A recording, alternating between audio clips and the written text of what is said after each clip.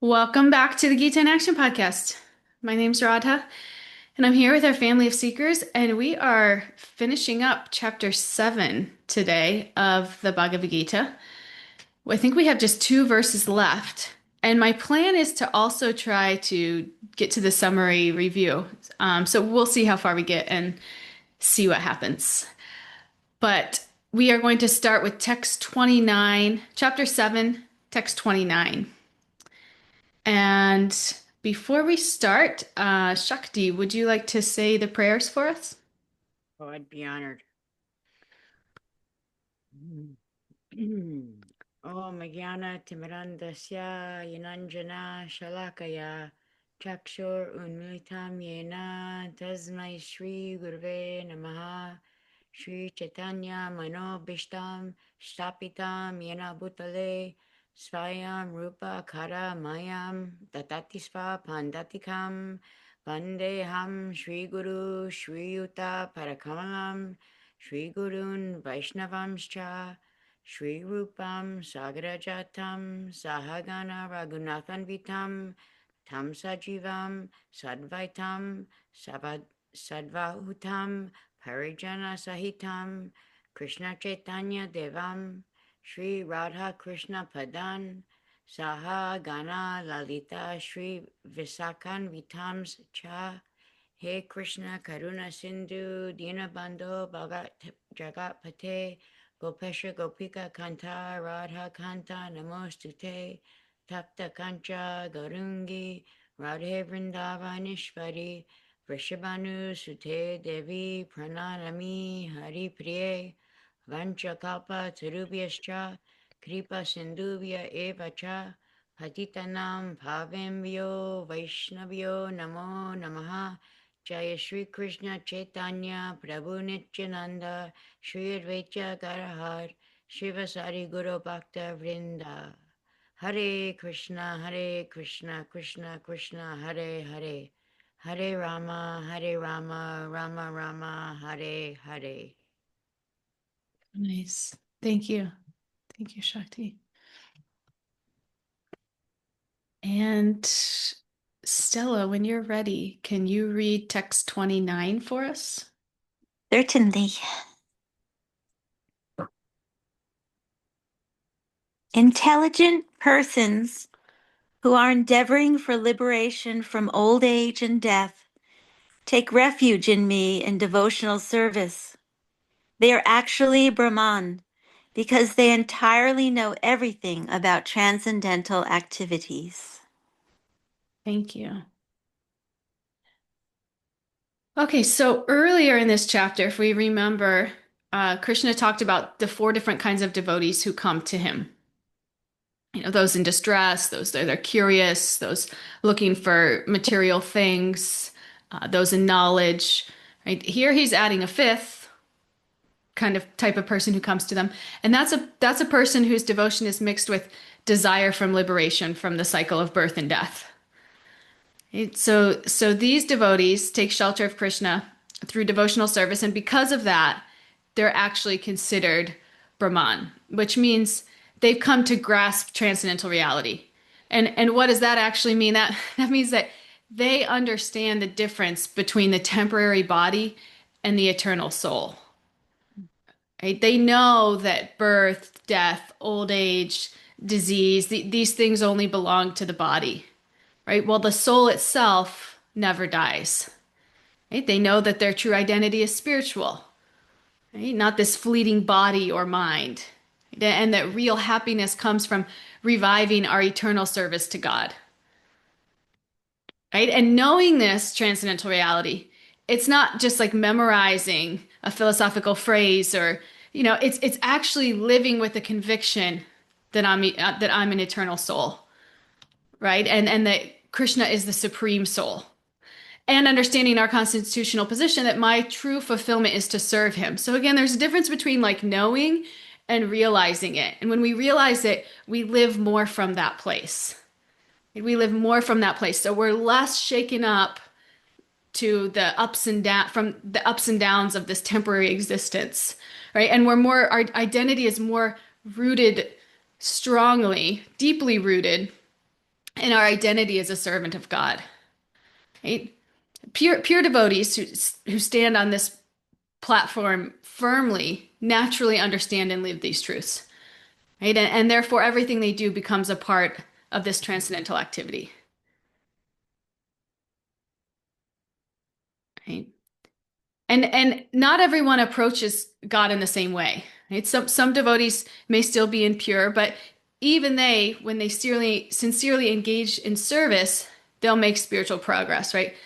So the main takeaway here is that Krishna recognizes many types of devotees that come to him, right? Some intellectual, some more from like the yogic background, right, or meditation, some motivated by a desire for liberation, right? But the key point is that no matter how somebody comes to him, if they surrender sincerely and live in God consciousness, they'll make spiritual progress. So it's less about like fitting into a category and more just about turning to God wholeheartedly, right? And living as that spirit soul and engaging in devotional service, right? That's what really counts.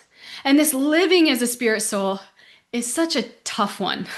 Right? It's like, it's one thing to know it. It's one thing to come to class and to hear it and say, yeah, that actually makes a lot of sense. I get that. There is like this part of me that is enduring, right? That doesn't change.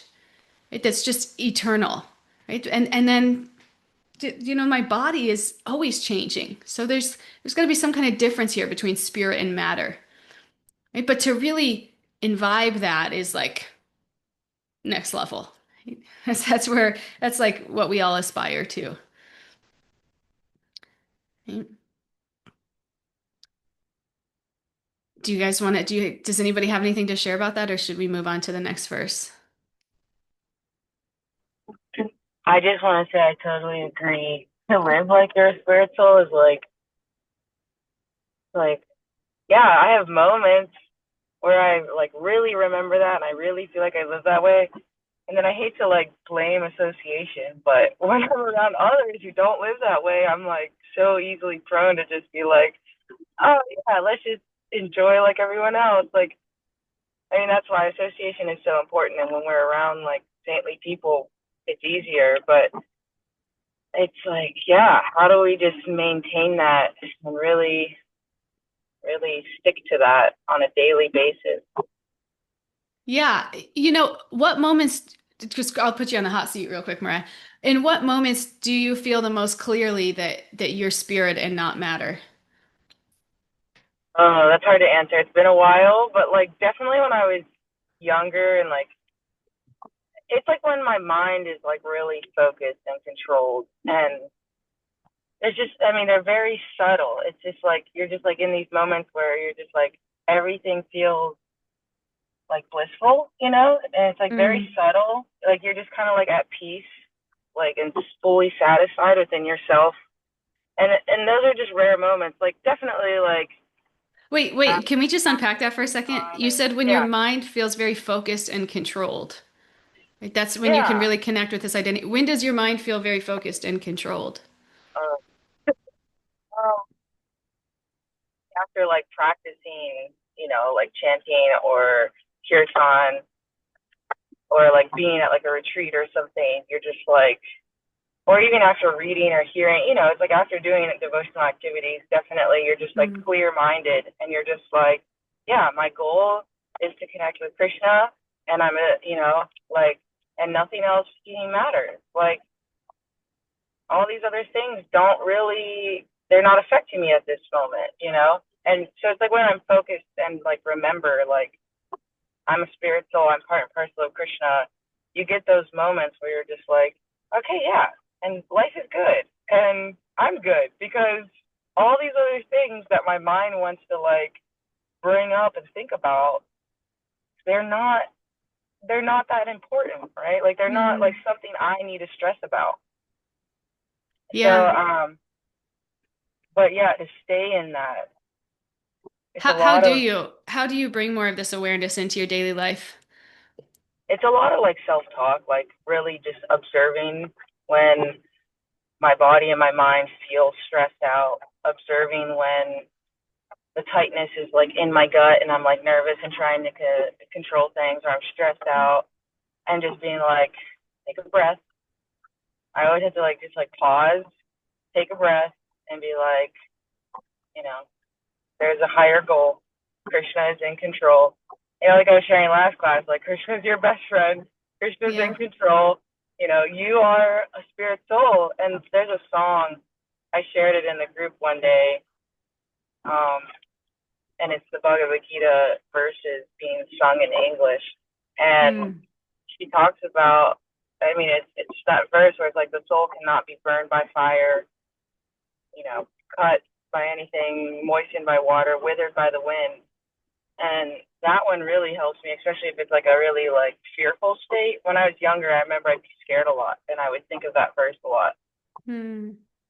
And so it's anything that like observe the mind. Okay, the mind is taking me down a spiral.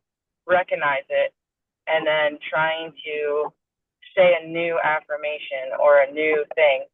And then sometimes chanting too, but sometimes I need like that. I need the mind is, my mind speaks in English, so I need like the English words to like change the thoughts, and then I can settle, and then I can chant. Yes. So Sometimes you're the saying, conscious chanting doesn't always, unless it's like kirtan. Kirtan always just gets me out of it. yeah.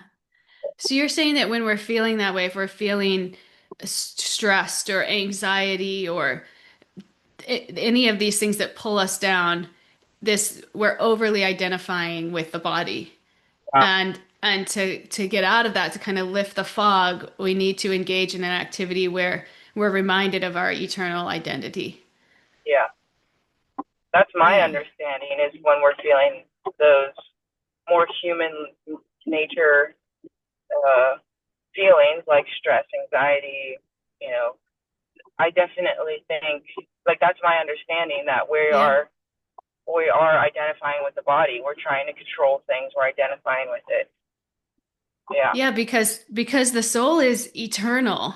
Like there's there's like no anxiety. The soul doesn't experience that anxiety. That's definitely a symptom of material body, material consciousness, right? Yeah. Yeah, the soul is content just in relationship with God. So so when we, lose a job, these things that are big, they're big. They definitely are. But that's not the soul lamenting. That's the body lamenting. And just, I like what you said, becoming the observer of that. And when you start feeling like you're getting overly identified, overly entangled, pull back and engage in an activity that reminds you that of your true eternal identity. Because that's remembering that identity is what makes us loving, compassionate, content, peaceful. Yeah, those are symptoms of the soul. Satisfied, you know, it's like Satisfied. I I remember hearing that within the past year, like when we're fully engaged in Krishna consciousness, we're satisfied. We're not so much hankering or lamenting anymore. Mm. And that's like a beautiful place to be. Except for then we want to like hanker more to serve Krishna more. So like that part comes out.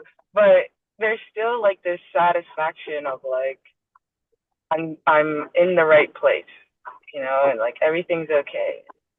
Yeah. Yeah. Yeah, that scarcity mentality is of like I don't have enough. I am not enough.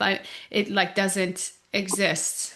Yeah. And you don't have to constantly like over endeavor to fill your life up with all of these things to get this sense of fleeting satisfaction because it's like it's just always steady. You're just always satisfied just in that connection.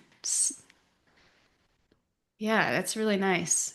Thanks, Mariah. I know you can't usually talk on Thursdays, so we got a treat. Yeah, I miss Luna's bus. I'm in the line to drop her off at school, so it worked out Oh, perfect. okay. Amazing. Wonderful. Thank you. Thanks for sharing your realizations. Shakti, what do you have for us?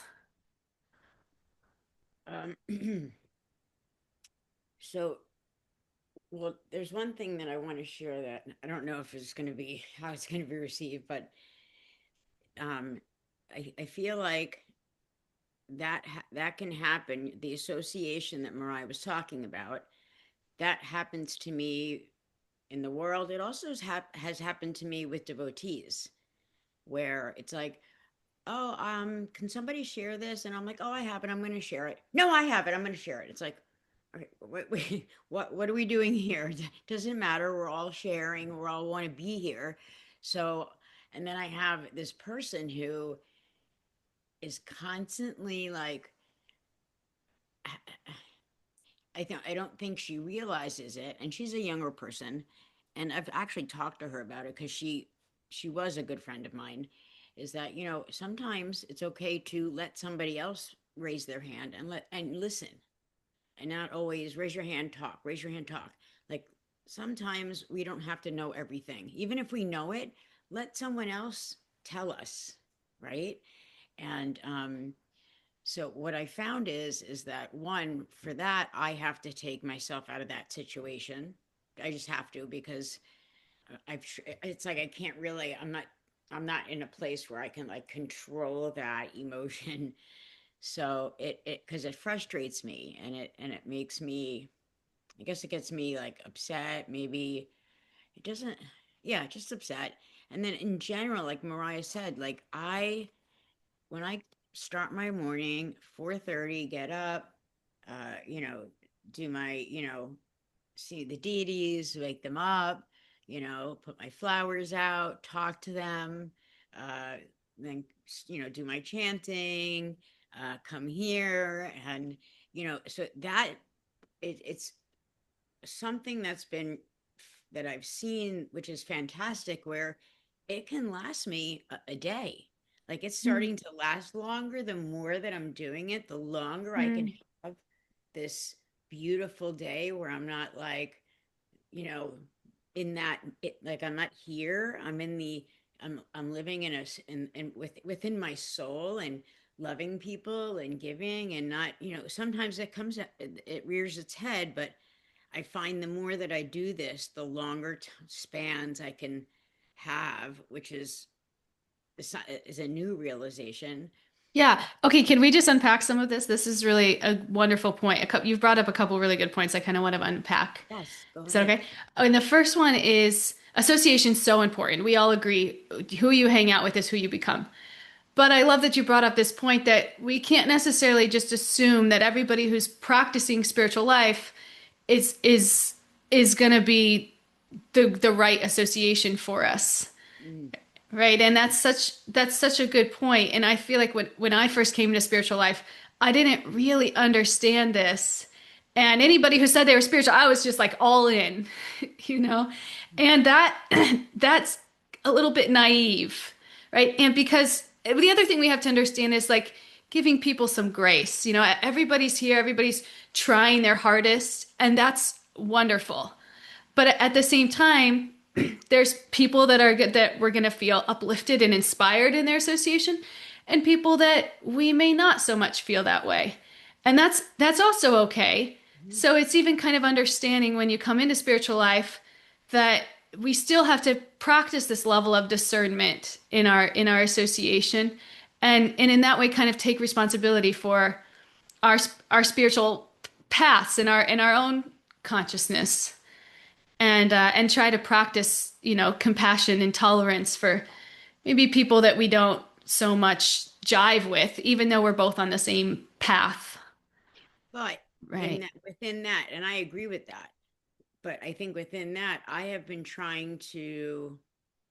There's a call before this one that I was on, and she's always on that call, and I'm finding that I'm not I'm not so liberated that, like, I can't continue to be on that call, because Mhm. it is starting to get to me, and that's Yeah. my own, like, she's in her own path. I don't hate her, I don't dislike her, I'm not angry at her for where she's at.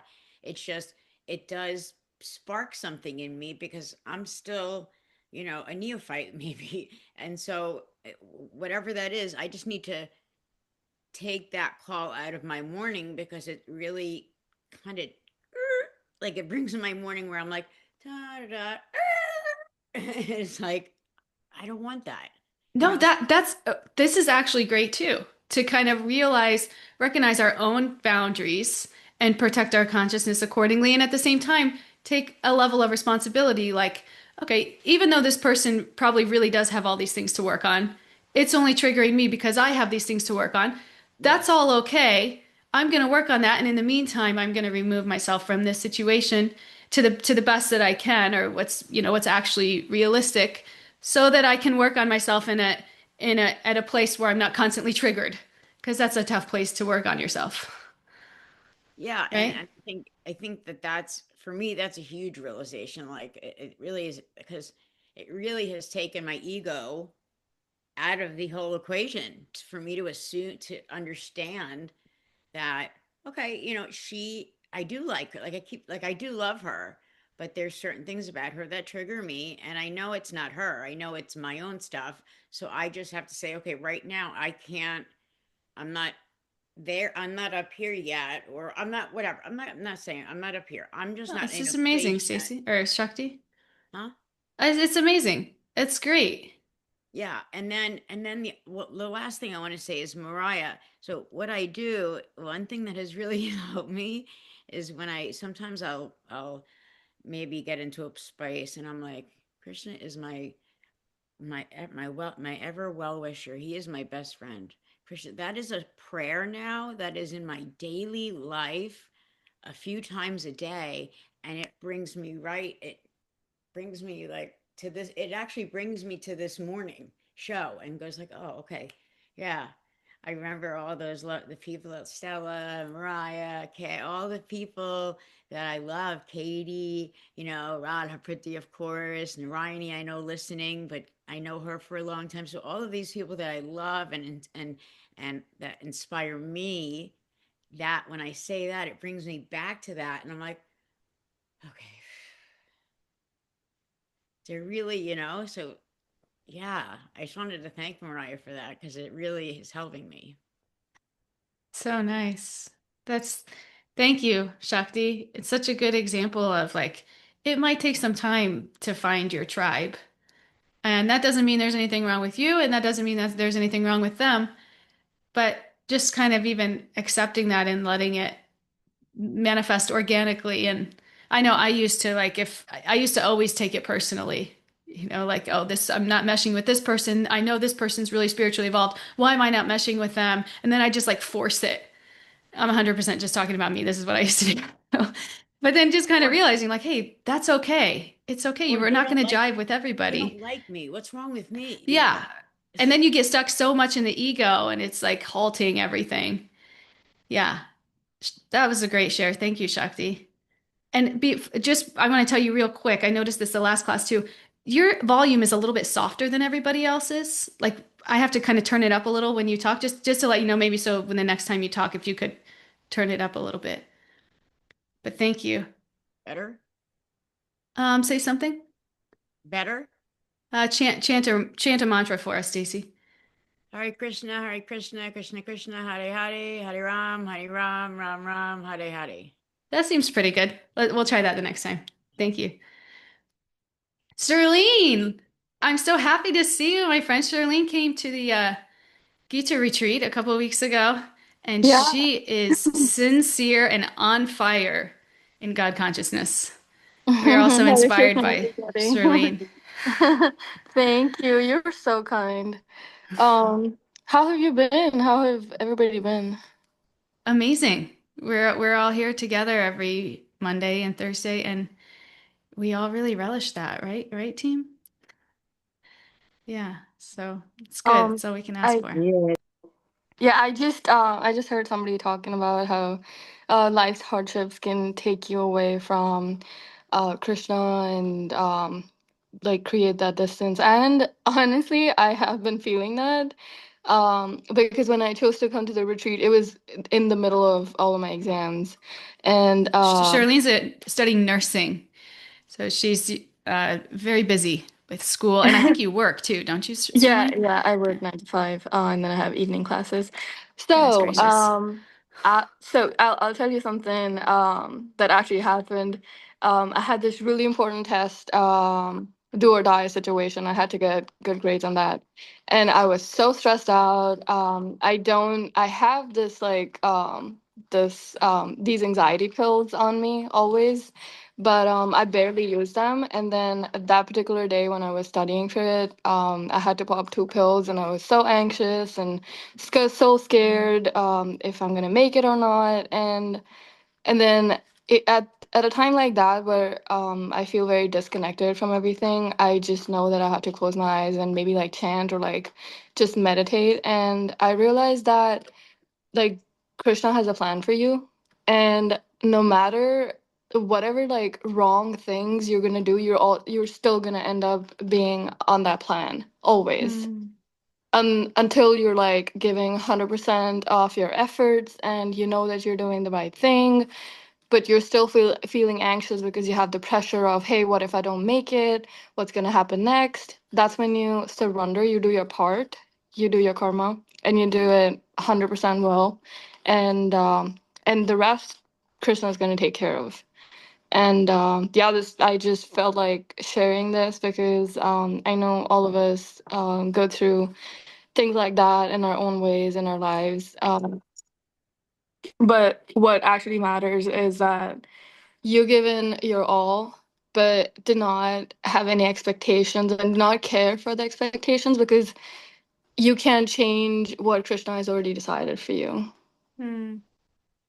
And that like is such it gives me like such a peace of mind that no matter what I do, I can't be wrong in what I need to do. Hmm. Beautiful. Krishna's got your back. Yeah. Yeah. And I love that you kind of brought light to like, I know you're a very strong spiritualist, you have a very strong practice, but you're still going to experience the yuck in material life. Like you're still going to get overwhelmed. You're still going to get, bogged down. You're still going to experience anxiety. Right? But it's what's important is what you do in that moment. And it's not Exactly. like we can avoid these things or expect, like you said, that these things will go away. But in that moment, how are we gonna like Mariah was talking about, step away from this material identity, this over association with the material identity, and step in to the spiritual identity? How are we gonna gracefully make that transition in that moment? Yes. Yeah, Thank and you. then yeah, thank you. These moments are beautiful opportunities to do that, even though they don't feel beautiful in the moment. They're gifts to us to practice this kind of transition from stepping out of the material identity into the spiritual identity. And the more times that we do it, the easier it is to where it's like we're not even going back to that material identity. We're in it. And we'll notice that over time, right? It's easier to step out and step in, and over time it's a seamless transition to where it's not even a transition because we're just in it, right? Yeah. Yeah. Yeah. Thank you. So nice. Thanks. I want to add one last thing is Yeah. with Serlene, what you just said, and you alluded to it as well, Radhapriti, is Krishna's arrangement. It's here. It's already going. It's already doing its thing. And once I accepted, this is the craziest thing because you guys don't know this, but once I accepted that this group of people that I was, they're devotees, they in the temple, we were doing service together, but these little things were sort of they were bringing up little Mayanartas, and and then I found your podcast, and it was like Krishna guided me to to here to find my people that when I'm on here I feel like I'm not thinking about anarthas. I'm thinking about Krishna. I'm thinking about my chanting this morning. I'm like in this great space always when I'm on this show.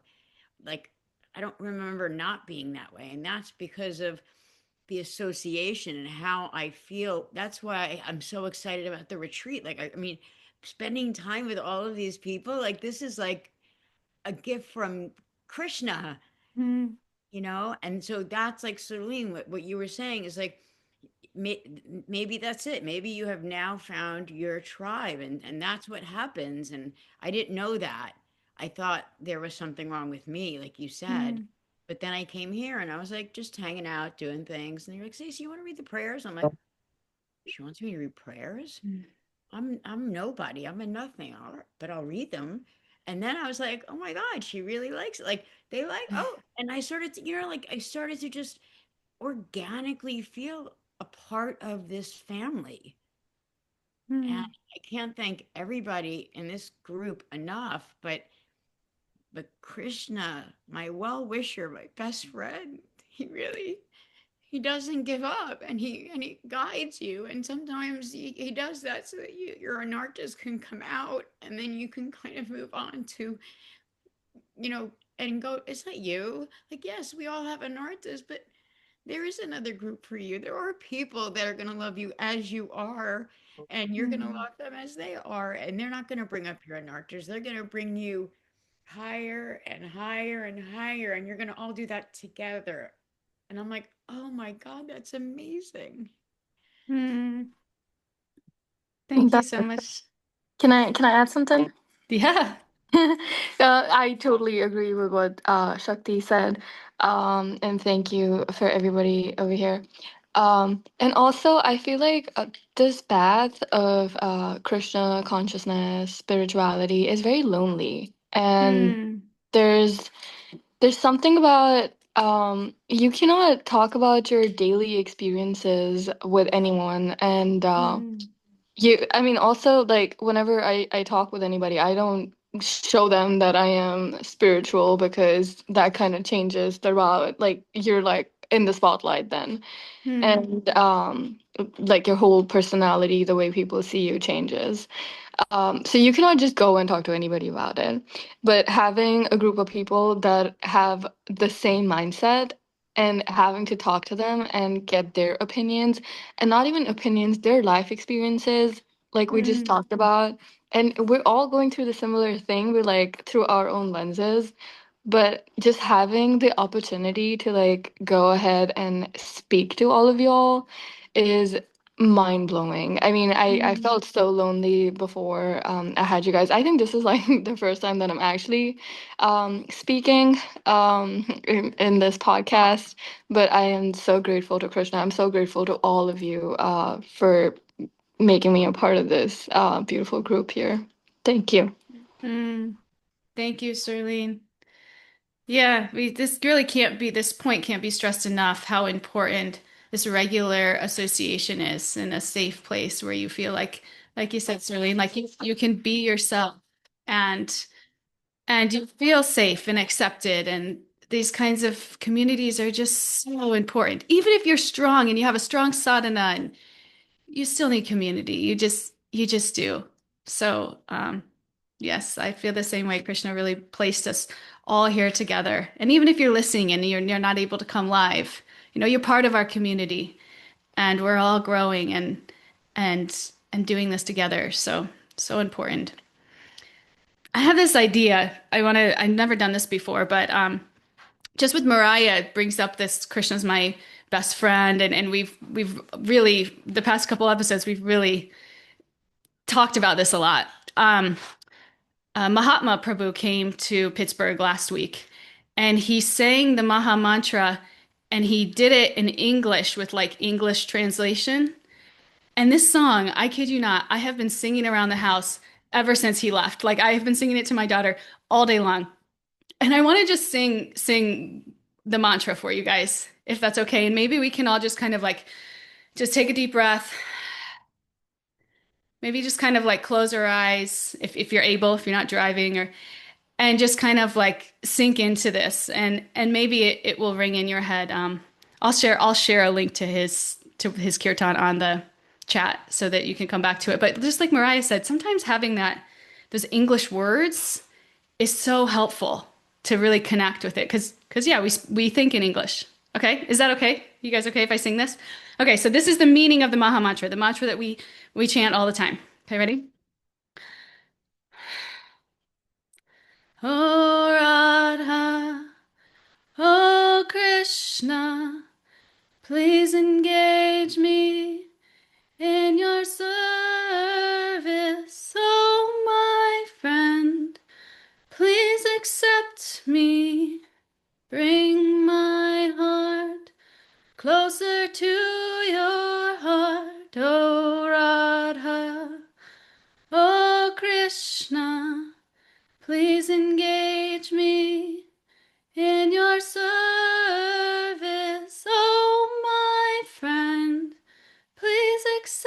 let me bring my heart closer to your heart.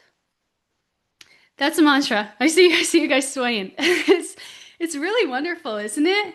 And this is a translation of the mantra from different acharyas in our lineage.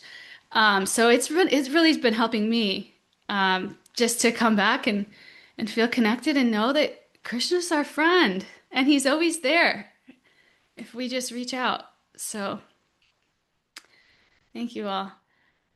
Okay, should we move on to the last verse? I don't think we'll get to the summary today, and that's fine. We'll do the summary next class, but we can move on to the last verse here, unless anybody has anything else they want to share.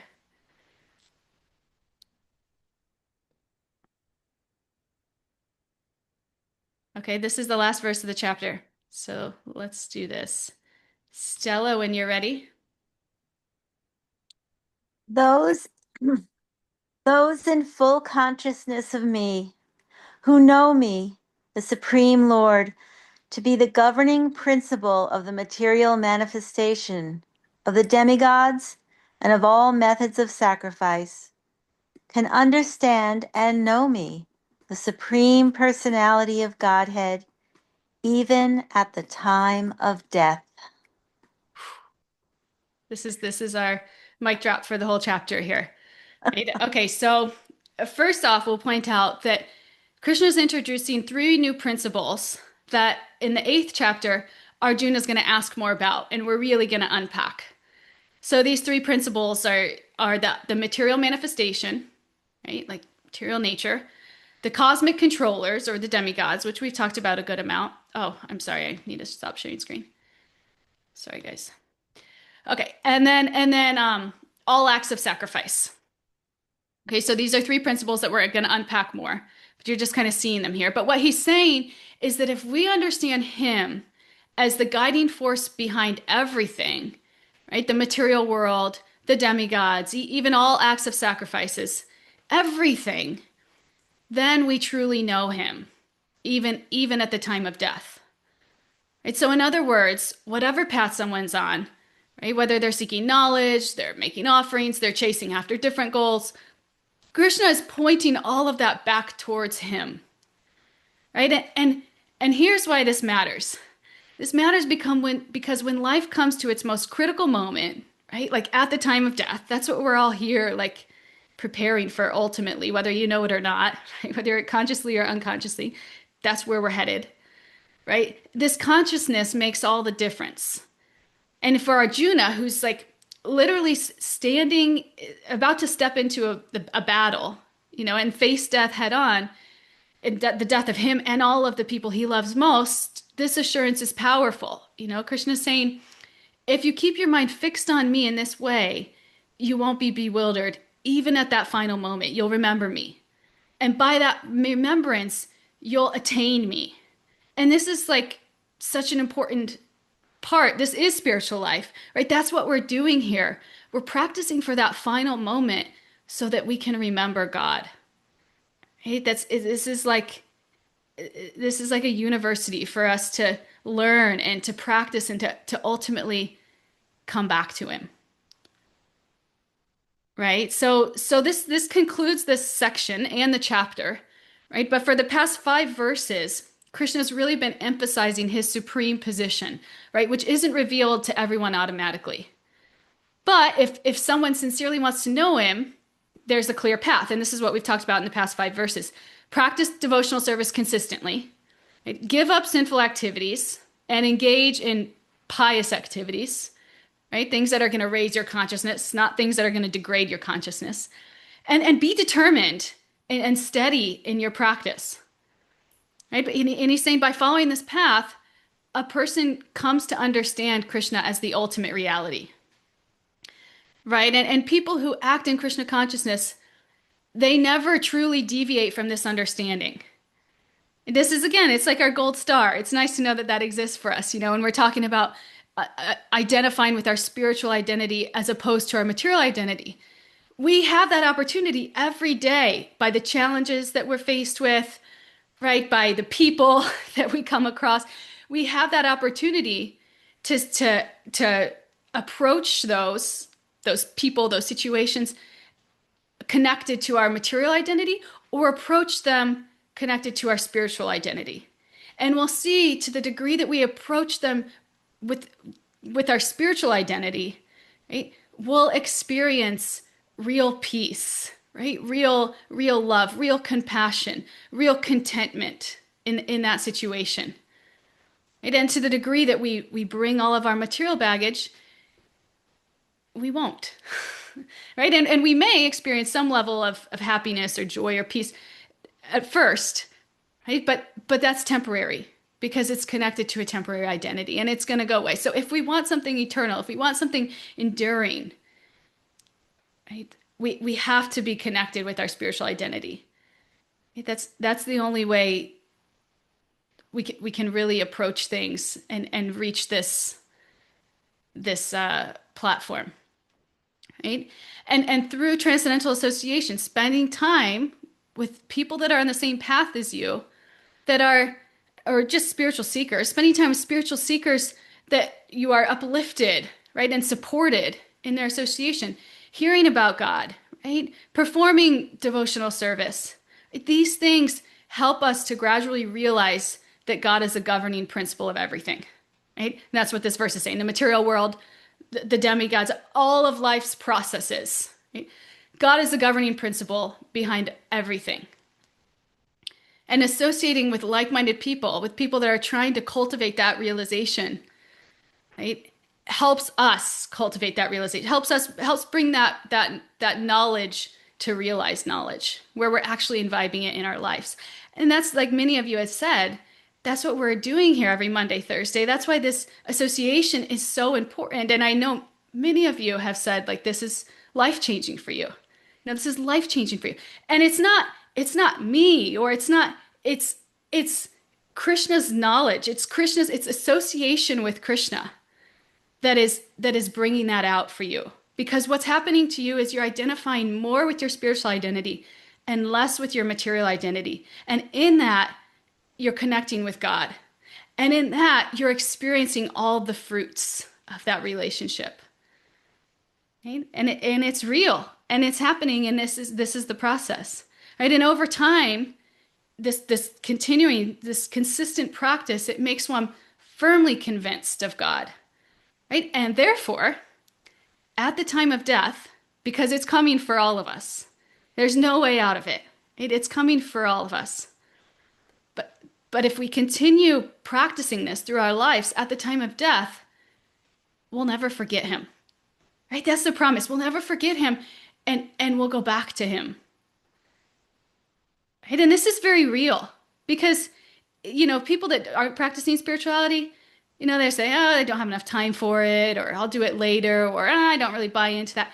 Okay, on their deathbed, guaranteed they're going to be full of anxiety, right? Stress. So all they're doing is just putting off thinking about it, right? Or trying to slow it down. Okay, let me dye my hair. Let me get Botox. Let me do all these things so that I look younger and I can just live in denial that I'm actually marching closer to death every day, because we are, right? And ignoring the reality doesn't make it any less true. So why not use this moment, whether you're 20, 30, 50, 60, 70, whatever moment you're in, to cultivate this consciousness, right? To develop this relationship with God. So at the time of death, you're sheltered, right? You're sheltered, you're peaceful, you're connected, and you are certain of where you're headed, right? And it's not like along the way, it's boring. No, spiritual life is blissful. It makes even if you're 20 years old, you're practicing spiritual life, guaranteed you're going to be a happier, more peaceful, more, your relationships will be healthier, like all of these things than if you're not. So in the meantime, it's still great. Right? In the meantime, it's still great. So that's the crux of this chapter, right? That's what chapter 7 is kind of saying for us. And we are not going to get into the summary. We'll do that the next time. But we have some time left here. I would love to hear some more reflections from you guys. right? Like, no, okay, here's a question for you. Let's see, here's a question for you. So Krishna says in this verse that knowing him as the source behind the material, behind everything, allows one to remember him at death, right? So for us, the question is, how can we practice seeing him as the root of everything now? Like if this is what we're trying to cultivate so that we can remember him at death, so that we can, be at that place, how can we practice seeing him as the root of everything now? And maybe you guys can share maybe some experiences where you've tried to do this. I have one. Oh, wonderful, Stella. Just yesterday, it was such a beautiful day. I took a break from the library and walked out, to where there's a gathering in a coffee shop and there's lots of students walking around, and I was sitting in one of the chairs and like outside, and classes changed, and the campus just fills with students walking to and fro class. And I remembered in class, it was like just us, they're all just sparks of Krishna's splendor. Hmm. That phrase came into my mind, and I looked at all the students walking around, and it was like each one is just this beautiful, unique spark of Krishna's splendor that he has the capacity to enjoy with in a unique way. And I was just blown away by just how varied, and I'm just seeing, the tiniest little portion, and then the whole world is full of his sparks of splendor. It's like, whoa. Hmm. I was it just totally changed the scene for me. Like, I don't know. I felt really happy in that moment. Hmm. That's amazing. That reminds me of this quote I saw the other day. I think it was on Rukmini's profile. It said something like, "To be spiritual is to live in amazement, like to live in awe." It's like you don't have to seek out the most exciting, most, thing in material life. No, because it's just like you're constantly in awe. Everything's amazing when you have spiritual consciousness. Yeah, that's so nice. Thank you. Aaron, let's hear from you. What do you have for us today? Hare Krishna. Sorry I was a little late today, but I got to listen to a lot of the class. But I love what you just said, Stella. I also work at a library. But I sometimes feel very overwhelmed when I have that mentality. Like if you're in a crowd and you think everyone here is a spirit soul, and then like, you think like, oh my goodness, and all the animals and plants, and like it just like kind of cripples me a little bit. It's like really, and I'm like, I'm just at this one concert, like on this in this one city, in this one state, in this one country, to speak of, right, the world, the universe, all the universes. So I think, like really big moments of life, I think a lot of what you were all talking about earlier are like times of struggle that you think that you maybe get to come closer or think of Krishna. But I find it more practical for me when it's like the really small day-to-day things like stubbing my toe, or like, when you're texting and you like mess up the words over and over again, like I feel like those little things are like little messages from Krishna being like, slow down, or like, you know it's okay, like don't do it all at once, like, and I once had heard that Prabhupada like was never clumsy, like he never stubbed his toe, he never dropped anything. And I just, when I heard that, I was like, wow, what a different level that he lived on, like, because I'm over here just like dropping things left and right, or like, you know just like kicking the couch on accident. And I fit, while they're like painful but then comical, I also think in the end it's like, a little message that's just like, slow it down. Hmm. That's a really nice one. Just seeing Krishna in all the little lessons that we experience every day. And that's beautiful too, because having the ability to see Krishna in those little lessons makes the lessons sweet as opposed to just like frustrating. And you might still have a little frustration, but it's like, oh, that's sweet. He's reminding me to slow down, to be a little bit more intentional, to make some to reprioritize a little bit, to make more space. Yeah, that's really nice. Uh, That's a good exercise for us all to try today when we experience a little setback like that. Like oh, okay, Krishna. I also think it comes at the like times where either I'm so distracted because I'm trying to do 10 things at once, or Mm, I'm at a retreat and I think, I'm this peaceful, blissful spirit soul, and like I'm experiencing this great moment. And then like literally once on a yoga retreat, I was like feeling that way. I was walking through the woods and like a tree branch came and smacked me in the face. And I was like, thank you, Krishna. Like, got it. just like those little, or like, when you're just like really in it and you're really feeling it, and then you slip into like the ego of like, I am this, yogi or whatever, insert anything there. And then Krishna will just like step right in and be like, check, check yourself a little bit. I love it. It's so true. We have to be careful sometimes with our ego, because as soon as we start running away with that ego, Krishna will help us out. Yeah, that's really nice. Thank you. Thank you, Aaron.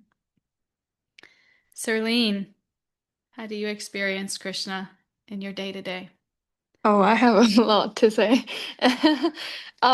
So I just started gardening this year, and it amazes me how from a little seed we could get so much. And I was thinking, I sowed so many cucumber seeds, and now my kitchen is full of cucumbers. There's so many, and we don't even know what to do with so many cucumbers. We're giving it away to the neighbors, to our relatives, and it keeps producing more cucumbers. Oh my And gosh.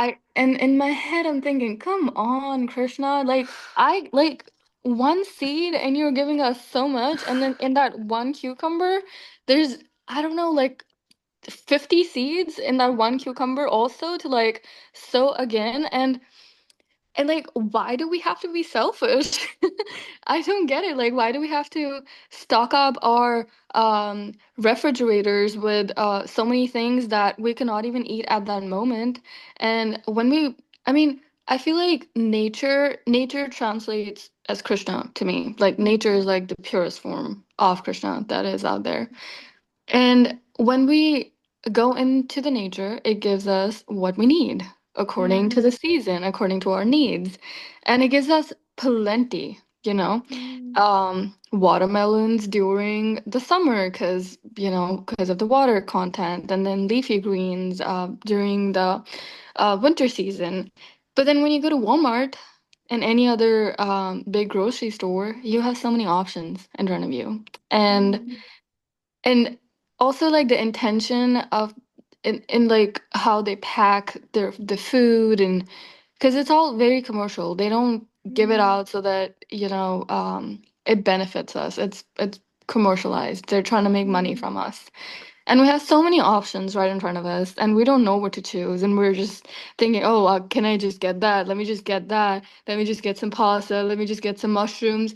Like, are you even gonna eat it, right away? mm, And why do you have to stock up? Like, I think about this a lot when I see that if God created carnivores, like for an example, lions out in the forest, just because a lion is trying to find food, he just doesn't go and kill every animal in the forest. He mm, he only kills that particular animal that he's about to eat that particular day, and then he waits until he's hungry again, and then he mm, continues the cycle again.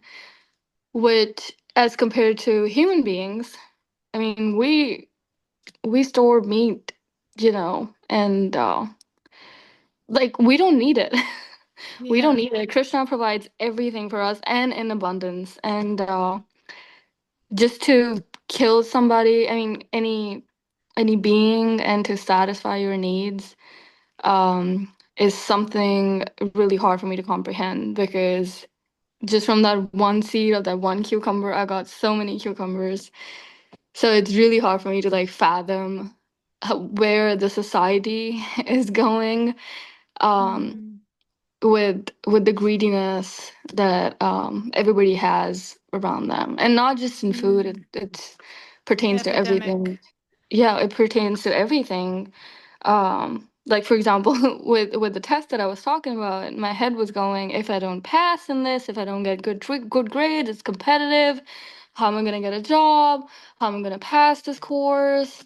And like, why? I want to be a nurse because I want to help people, and I am doing everything that I need to do. But why do we have to make it so competitive? Why it Mm. is the nursing job is like so saturated?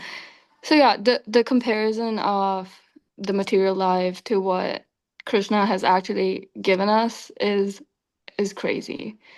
And Beautiful. yeah, I could keep talking about this all No, day. these are beautiful. These are beautiful points. Spiritual consciousness as opposed to material consciousness, and how that shows up in our lives. Yeah, that's really nice. Yeah, my daughter's favorite food is cucumbers. I wish we lived closer to you, and I would Oh, I would have take sent some of you them. so many. It is the cutest thing. She's just like obsessed with them. She gets so excited. And then she I'll gets bring like a them. little facial because the cucumber gets all over her face. That's good. That's good. I cannot believe it, Radha. I pick cucumbers almost every other day, and then I look, and then there's two more cucumbers, and I'm like, hey, it's not even the season. Like, can you guys stop? I know. It's so It's crazy. amazing. I love that though. I had a garden this year for the first time and I felt that same way. It is amazing what God provides for us, just like from a seed in our backyard. Amazing. Yeah. Thank you. So nice. Shakti, what do you have for us? Um, for me, Krishna has been, it took a minute, and once I have really found for me, this is my tribe, and it doesn't matter where you live, this is my tribe. And so as my day goes on, like Katie was sharing about like stubbing her toe, and where's that Erin? Aaron, yeah. Erin. So I know you can't even imagine me going so fast because I'm such a such a slow mover, but I've slowed down, and that Krishna's, for me, I felt that he was trying to say, Stacy, smell the roses. Like, Mm. see, look at the flowers. Like, take a moment. And so I do. And I've really slowed down. And when I have to be somewhere, I'll even get there early and I'll walk around and chant around before. Like, I went to Pilates yesterday. I brought my japa bag. Knew I was going to get there early. And then I got out of my car and I just walked around the street, chanted around the japa. And then I went up to so it's like fitting, finding little spots where I can really just feel connected to Krishna and to where it is that I want to be. And it took me a while. And it was like, and then I kept getting I was getting those messages a lot. And now, excuse me, I don't get them as often, but I get them because I'm growing. And Mm. I would, I mean, Radha Pretty knows me pretty well. I'm not someone to even say, I don't say good things about myself. It's just not, I'm always so self-deprecating, or was, and I'm just not like that. I'm like, I am growing. Yes, I am. It doesn't mean I'm perfect, but I'm growing. Mm. And I don't feel like everything is about me. And I don't feel like everyone, if she doesn't like me, what am I doing wrong? Maybe she's got something going on with herself. So like I don't feel those ways anymore. And it's like, and sometimes it creeps up and then I get like, the little tap on the shoulder.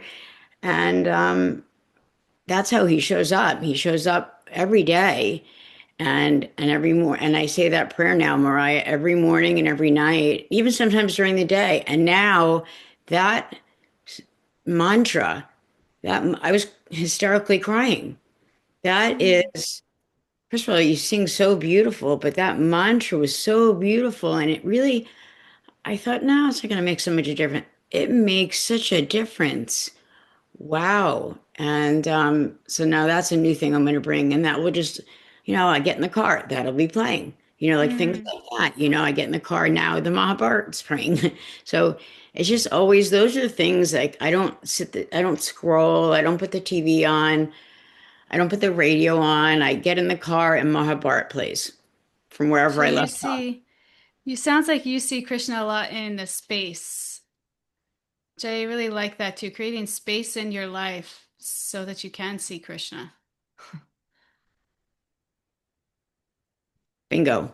Yeah, really nice. So important.